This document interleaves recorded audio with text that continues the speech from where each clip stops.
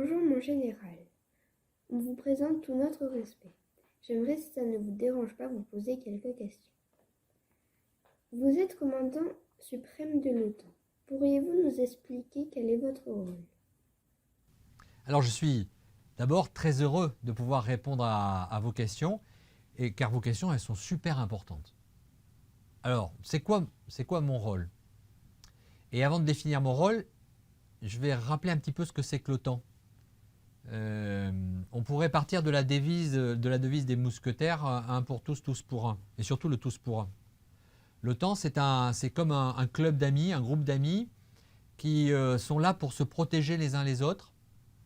C'est aussi un groupe d'amis qui a des valeurs communes, la liberté individuelle, la démocratie, et aussi ce groupe d'amis, ce club, est là pour préserver la paix.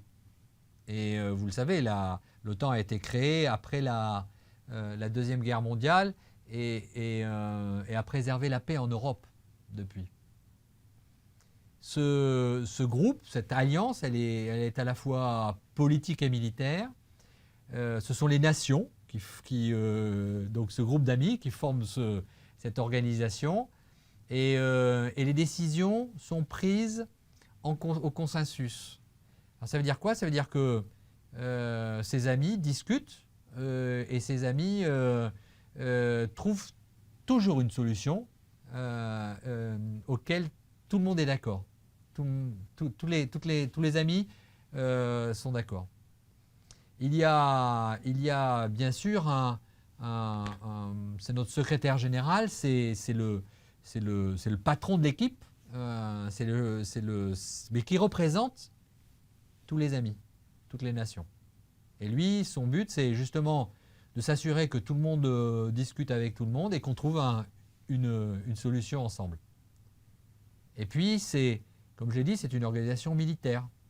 Et donc là, il y a deux grands commandeurs, deux grands chefs, qui d'abord organisent les opérations, les opérations que nous pouvons faire pour protéger l'ensemble des territoires de ces nations.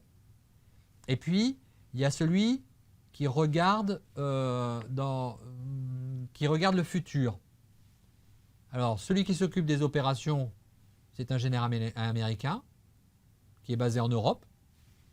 Et celui qui regarde le futur et qui voit comment on devrait être équipé, comment on devrait agir, toujours pour préserver la paix et se protéger, eh bien, c'est celui qui est basé à Norfolk. Et j'en suis le chef. Voilà. Donc, c'est un peu comme dans une équipe de rugby. Vous avez les matchs de tous les week-ends. Ça, c'est celui qui s'occupe des opérations. Et puis, il y a celui qui réfléchit comment, dans 2 ou 3 matchs, on pourrait mieux jouer. C'est celui qui s'occupe de la transformation. Nous avons beaucoup entendu parler de l'OTAN pendant la guerre en Ukraine. Pouvez-vous nous expliquer quel est le rôle de l'OTAN dans ce conflit? C'est une excellente deuxième question.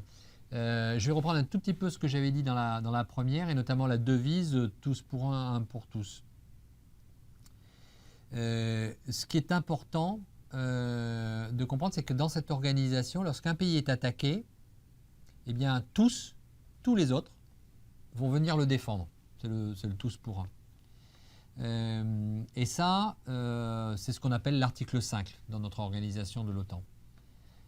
L'OTAN a des partenaires. L'Ukraine est un partenaire, le Maroc est un partenaire.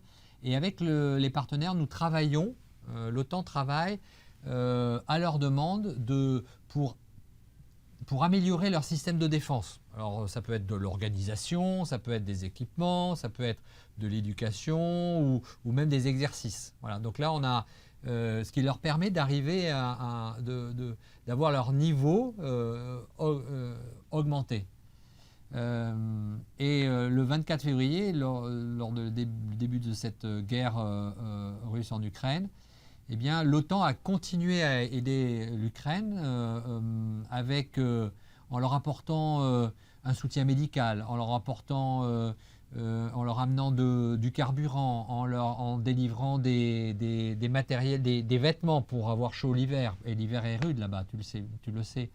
Et puis il y a les nations de l'OTAN et d'autres nations qui leur apportent des équipements militaires. Alors tu as très certainement entendu parler d'artillerie, de chars de combat, pour qu'ils puissent se défendre.